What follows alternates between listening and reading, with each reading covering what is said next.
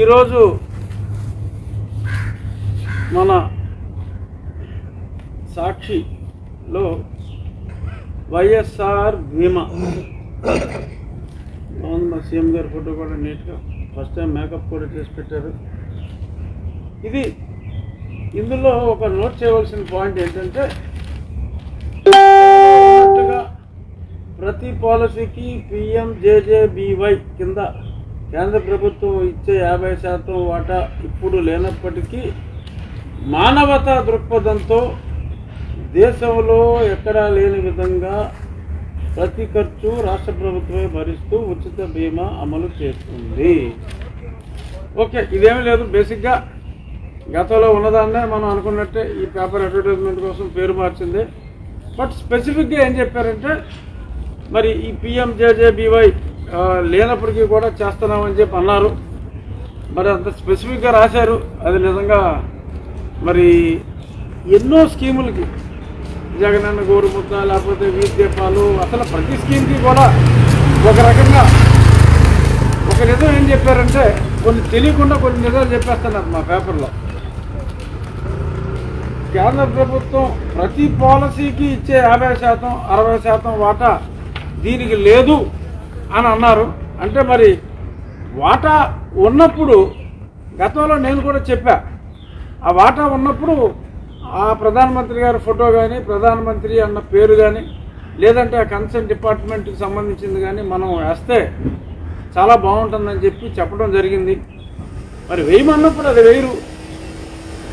ఎక్కడైనా ఇప్పుడు అది లేకపోతే అది లేదు అయినా నేను ఇస్తున్నాను అని చెప్పటం మరి ఎంతవరకు సమంజసం అనేది చూసుకోవాలి. ఎందుకంటే మరి రేపు చాలా వాటికి కూడా ఇటువంటి ముప్పు రావచ్చు. మన ఆర్థిక పరిస్థితి అంతంత మాత్రంగా ఉంది కాబట్టి మరి జాగ్రత్తగా ఉండాలి. ఇదే మరి గతంలో ఇదే స్కీము ఇదిగో సరే అప్పుడు ఆయన పేరు పెట్టుకున్నారు, ఈయన పేరు పెట్టుకున్నారు ప్రధానమంత్రి. కాకపోతే చంద్రన్న బీమా అని ఉన్నప్పటికీ స్పష్టంగా ప్రధానమంత్రి చంద్రన్న బీమా అని చెప్పడం జరిగింది.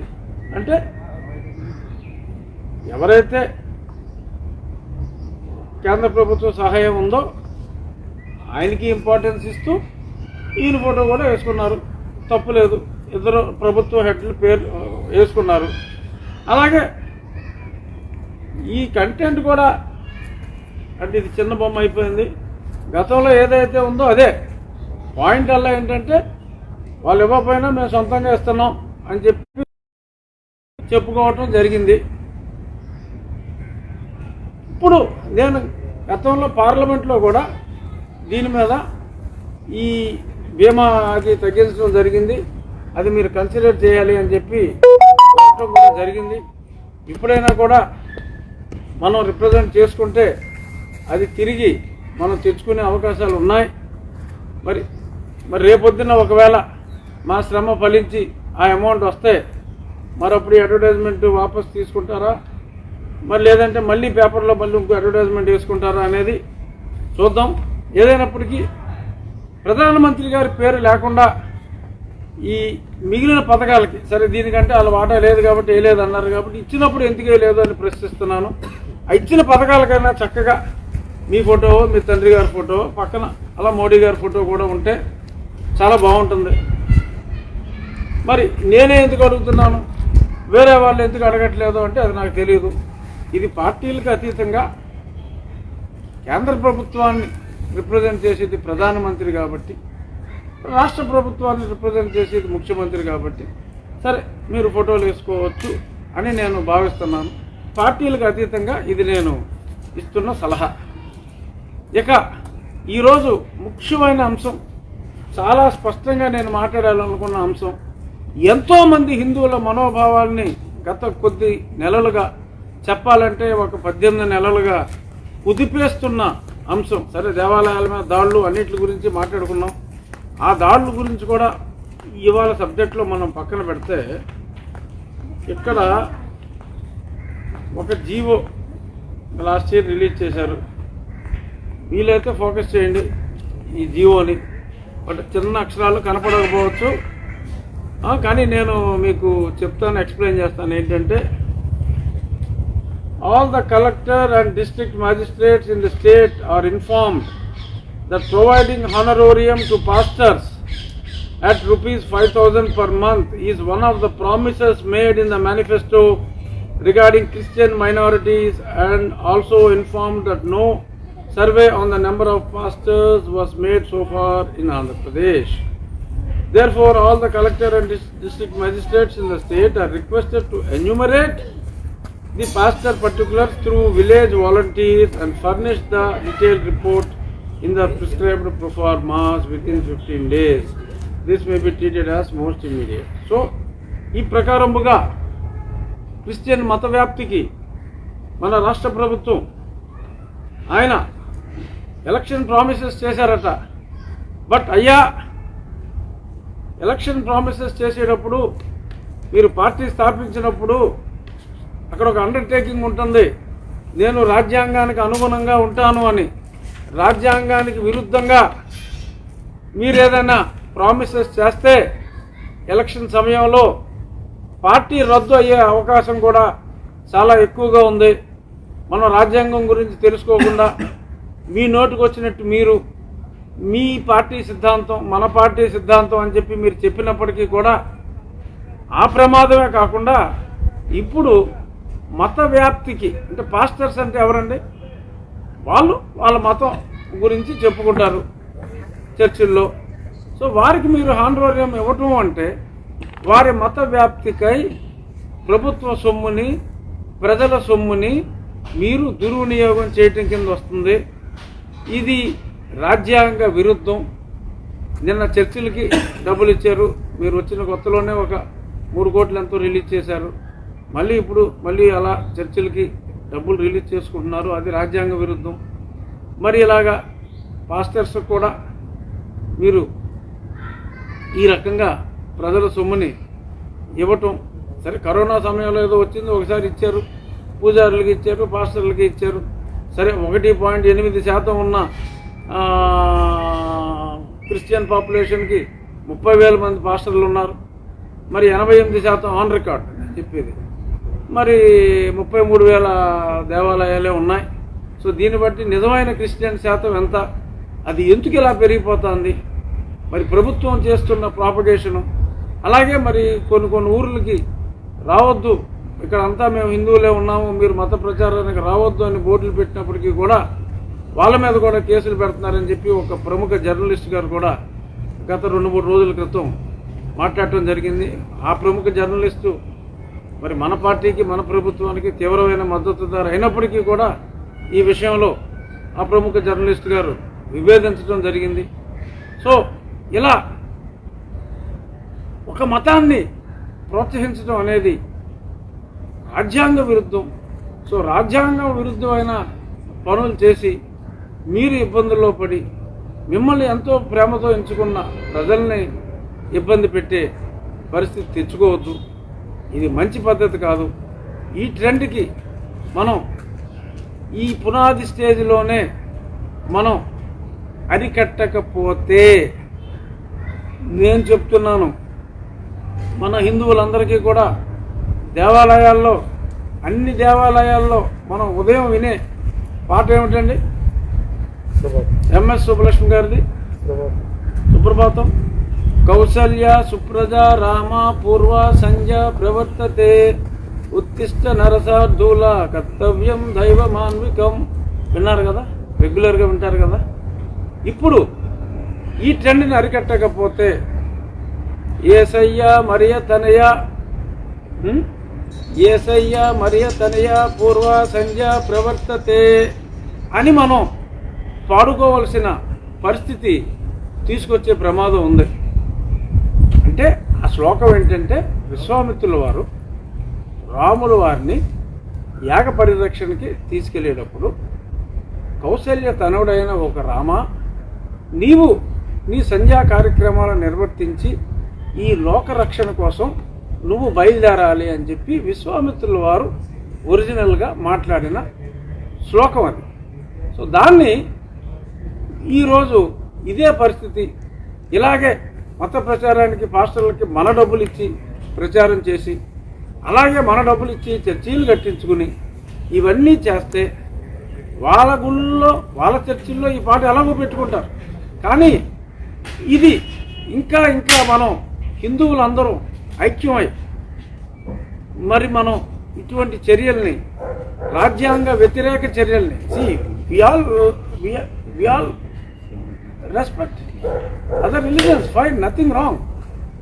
బట్ ఈ రకంగా ఒక మతానికి ప్రభుత్వ సొమ్ము ఇచ్చి మత ప్రచారాన్ని చేసుకోవటం, మరి దాన్ని మాట్లాడితే మరి మా ఎలక్షన్ మేనిఫెస్టోలో చెప్పేసాం మేము మాట తప్పం మనం తప్పం అని చెప్పి మాట్లాడేటాలు, ఇదంతా నిజంగా మరి ఈ రాష్ట్రం, మరి ఈ రాష్ట్ర పాలన ఎటుపోతుంది అనేది అర్థం కాని పరిస్థితి.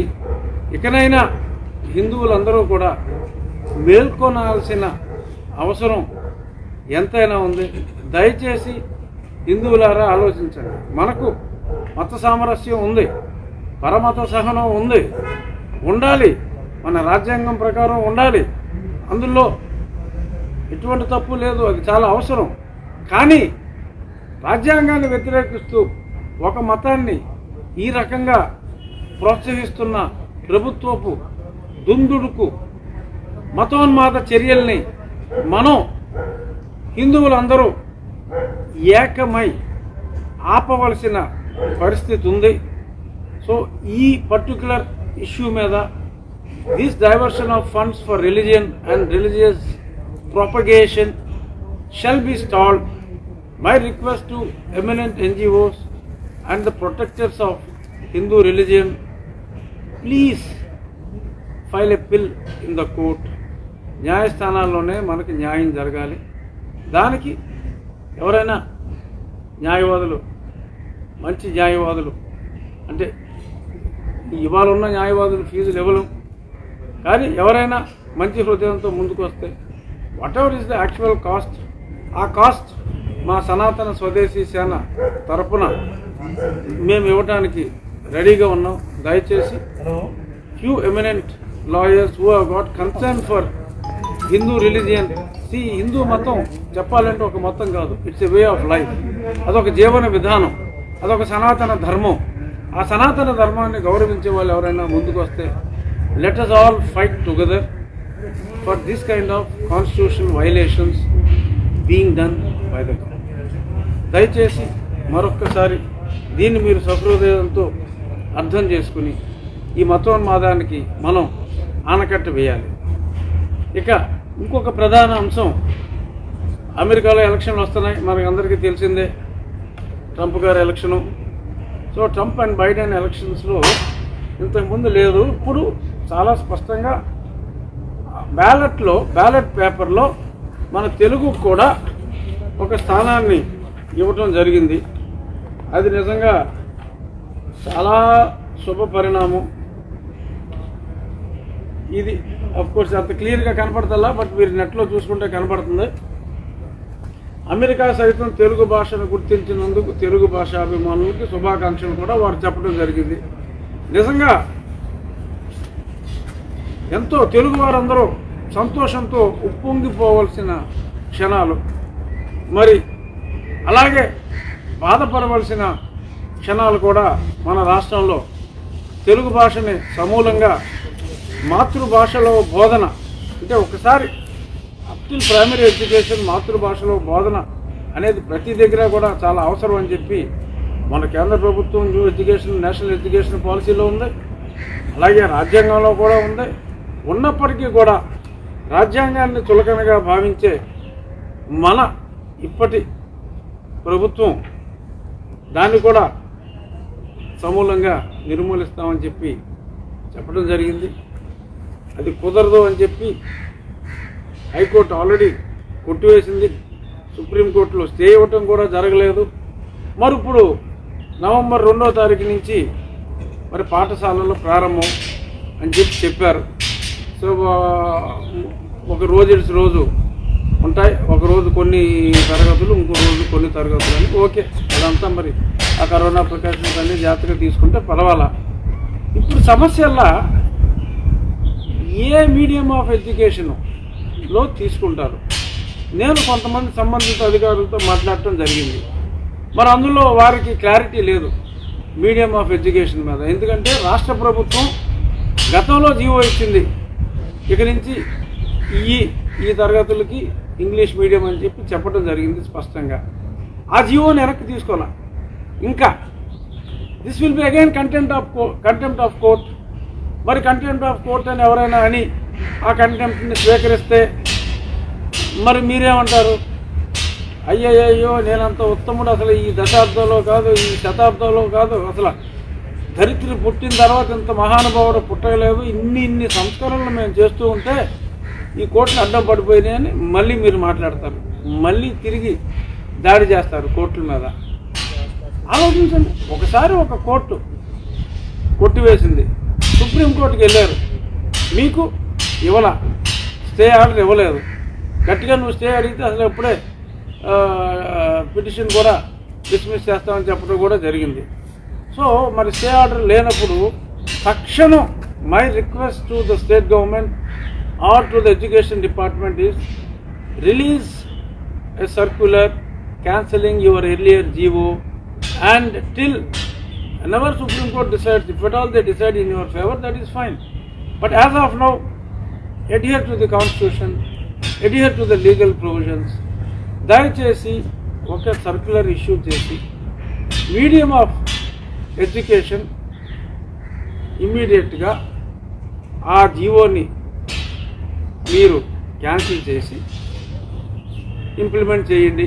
తెలుగు మీడియంనే up till primary education in accordance to the new national education policy. You please do it. లేదంటే అది మళ్ళీ రాజ్యాంగ వ్యతిరేకం అవుతుంది. కాబట్టి మీరు ఆ దిశగా దుందుడుకు చర్యలేవి తీసుకోవద్దని చెప్పి మనస్ఫూర్తిగా కోరుకుంటున్నాను. ఇది అర్థం చేసుకుంటారని అనుకుంటున్నాను. ఎందుకంటే అసలు తెలుగు భాషలో ఉన్న మాధుర్యం చెప్పాలి అంటే ఏ ప్రపంచ భాషలోనూ లేదు. మరి అటువంటి మాధుర్యంగా ఉన్న భాషనే సరే మీ మాటల్లో ఎలాగో మరి తెలుగు భాషను లైట్గా కూనీ చేస్తున్నారు. ఈరోజు కూడా ఆ పోలీసు సంస్మరణ దినోత్సవంలో కూడా చూసాం స్పీచ్, అక్కడ కూడా తెలుగు భాషలో చాలా తప్పులు దొల్లి. సరే మరి దానికి కారణం మరి మాతృభాషలో సరైన పునాది లేకపోవటం, మన భాషని మనమే పునాదులు లేకుండా చేసుకోవటం కరెక్ట్ కాదు. ఇలాగే ఈ సందర్భంలో ఈ మాతృభాష గురించి మనం మాట్లాడుకునే సందర్భంలో సాంస్క్రిట్ ఫీవర్ గ్రిప్స్ జర్మనీలో సంస్కృతం నేర్పిస్తున్నారు. 14 జర్మన్ యూనివర్సిటీస్లో they are teaching India's ancient language fail to meet growing global demand. Courses begin in Italy and Switzerland. మన భాష అంటే మన దేశ భాష అంటే మన ఆంధ్రుల భాష తెలుగు. సరే మీరు దాన్ని ఆంధ్రప్రదేశ్ అని చెప్పి మార్చేద్దామని చెప్పి చూస్తున్నారు.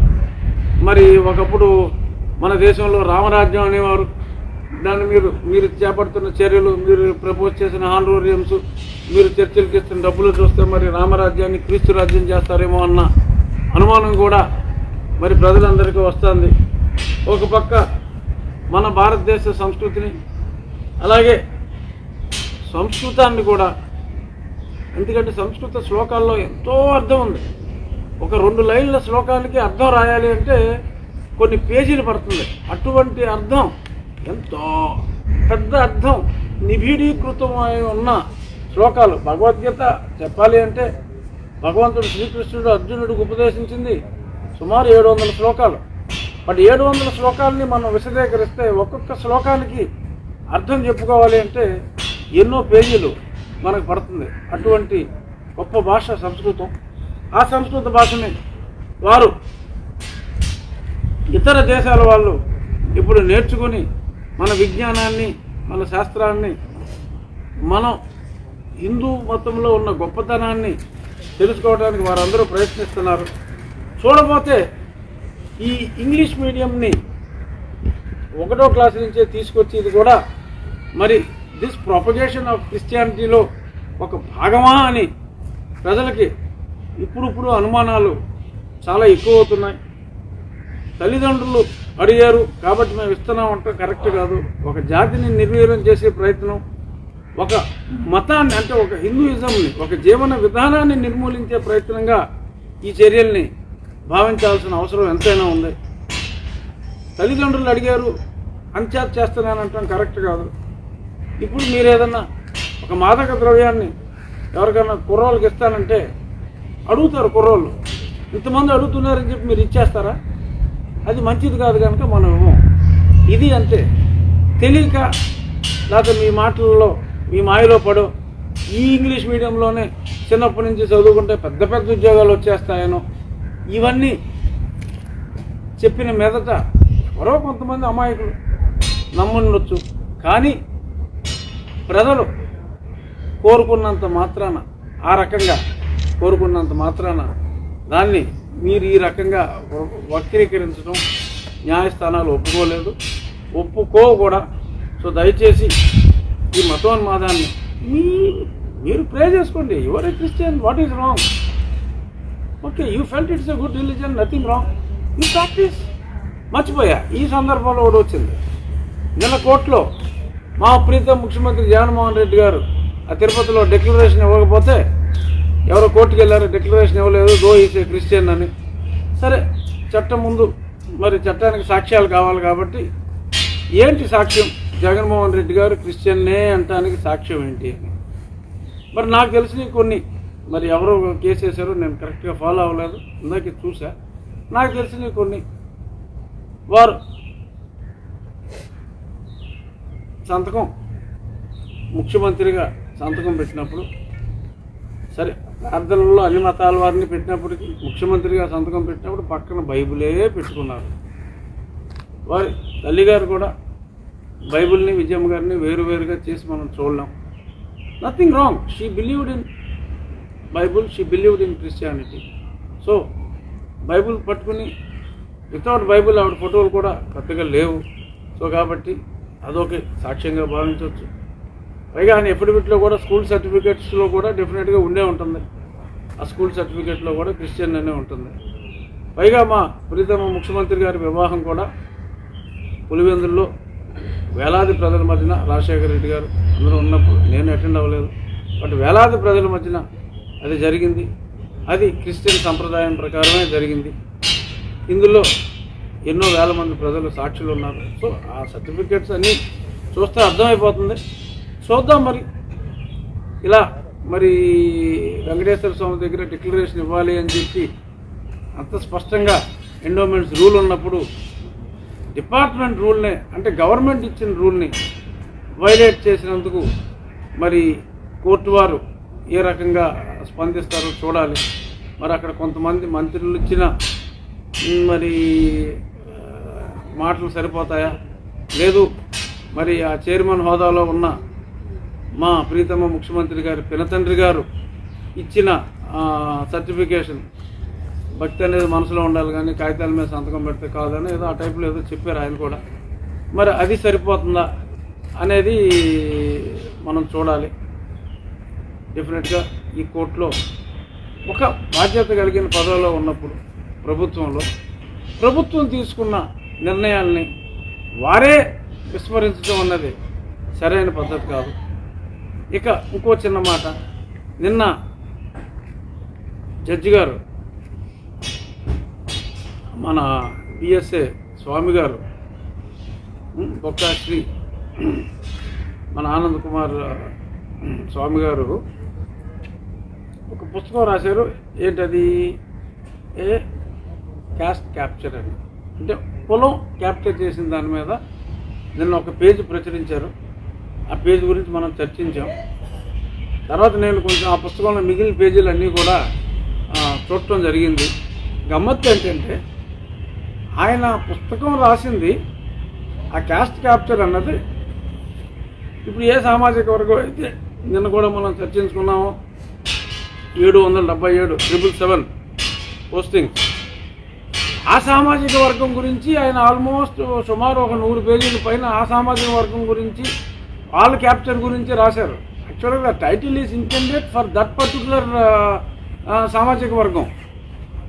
ఒక పేజ్ ఏదో తీసుకుని 15 సంవత్సరాల తర్వాత ఈ రకంగా న్యాయ వ్యవస్థ మీద దాడి కోసం అది వృధా ప్రయాస. ఎందుకంటే డెఫినెట్గా contempt of court that will be proved very soon. రేపు దసరా సెలవులు అయిపోయిన తర్వాత డెఫినెట్గా కంటెంప్ట్ అనేది కన్ఫర్మ్ అవుతుంది.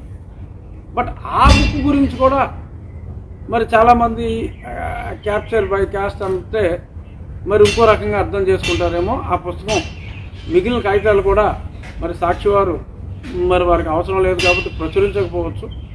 బట్ ప్రచురించకపోయినా మీరు నెట్లోకి వెళ్తే కనపడుతుంది. ఆ పుస్తకం నెట్లో కూడా ఉంది, చూడండి. అది పర్టికులర్గా సింహభాగం ఆల్మోస్ట్ అన్ని పేజీలు కూడా ఒక కమ్యూనిటీ, ఒక సామాజిక వర్గం మీద రాయటం జరిగింది. ఆ ఇంటికి మళ్ళీ ఒక సామాజిక వర్గం అంటే మళ్ళీ కన్ఫ్యూజన్. ఓకే, రెడ్డి సామాజిక వర్గం గురించే వారు ప్రధానంగా రాయటం జరిగింది. అది విజ్ఞులైన ప్రజలు అది చూసుకుంటే బాగుంటుంది.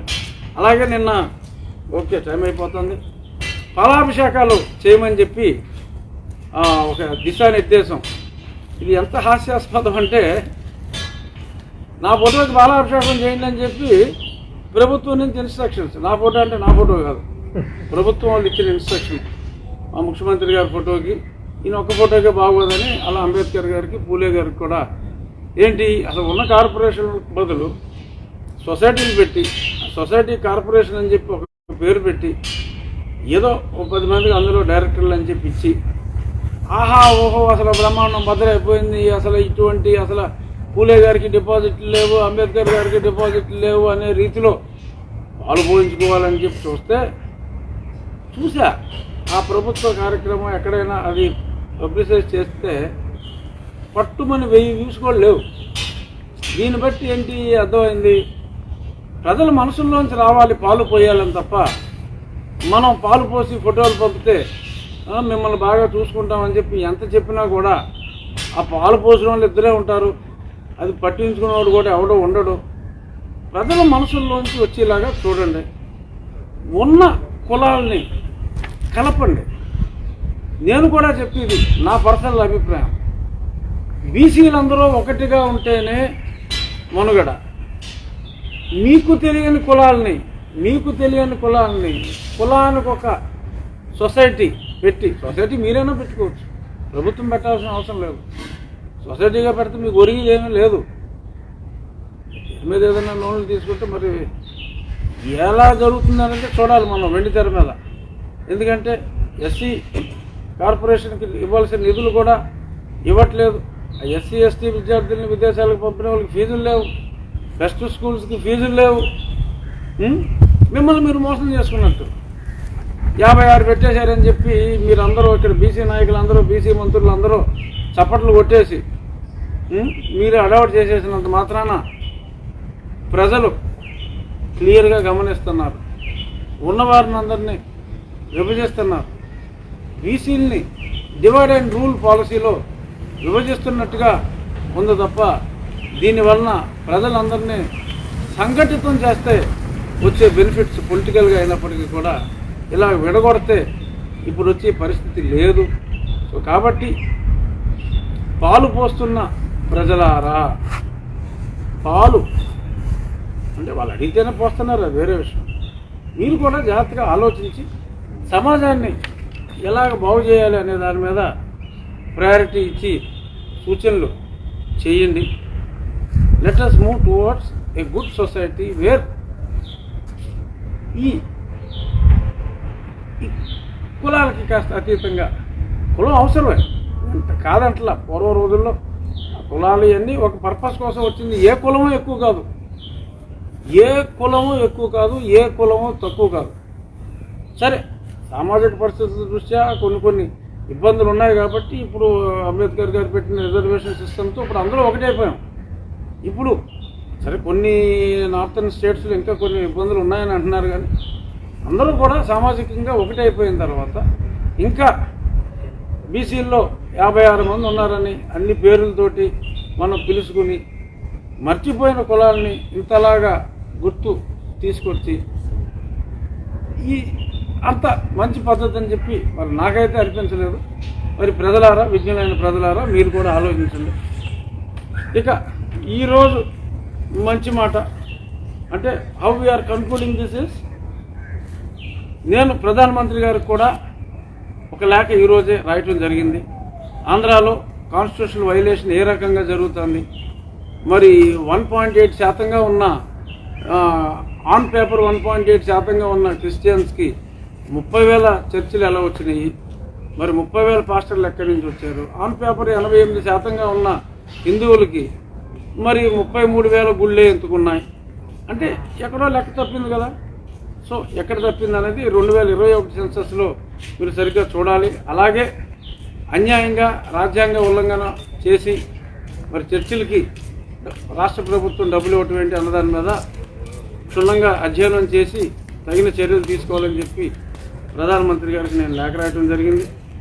అలాగే మరి ఏదన్నా ఏ పథకం అన్నా కూడా ప్రధానమంత్రి గారికి కూడా సముచిత స్థానం, అంటే నేను చెప్పింది కేంద్ర ప్రభుత్వానికి. మీ డబ్బులు ఏం ఇవ్వట్లేదుగా, మీ జేబులో డబ్బులు ఇవ్వట్లేదుగా, ప్రభుత్వం డబ్బులేగా. మరి కేంద్ర ప్రభుత్వం 60% ఇచ్చినప్పుడు ఎందుకేరు ఫోటో, ప్రధానమంత్రి ఫోటో ఎందుకేరు? సరే కొంతమంది అడగట్లేదు మిమ్మల్ని, ఎందుకంటే పార్టీ వేరు ప్రభుత్వం వేరు. సో కాబట్టి కొన్ని పార్టీలు మిమ్మల్ని అడగకపోవచ్చు, ఎందుకంటే పార్టీ వేరు ప్రభుత్వం వేరు కాబట్టి వాళ్ళు పార్టీని రిప్రజెంట్ చేస్తున్నారు కాబట్టి అడగకపోవచ్చు. బట్ ఐఎమ్ రిప్రజెంటింగ్ ద ప్రభుత్వం. I'm a part of state government and also as a member of parliament I'm part of the central government. So నేను అడుగుతున్నా, నేను ఒక పార్టీకి సంబంధం కాకుండా ఏ పథకం పెట్టినా కూడా అక్కడ ప్రభుత్వ అధినేత ఇక్కడ ప్రభుత్వ అధినేత ఫోటో అన్నది ఉంటే చాలా బాగుంటుంది. సో కాబట్టి ఇంకా మనం మంచి మాటకు వెళ్ళిపోదాం. ఈరోజు మంచి మాట,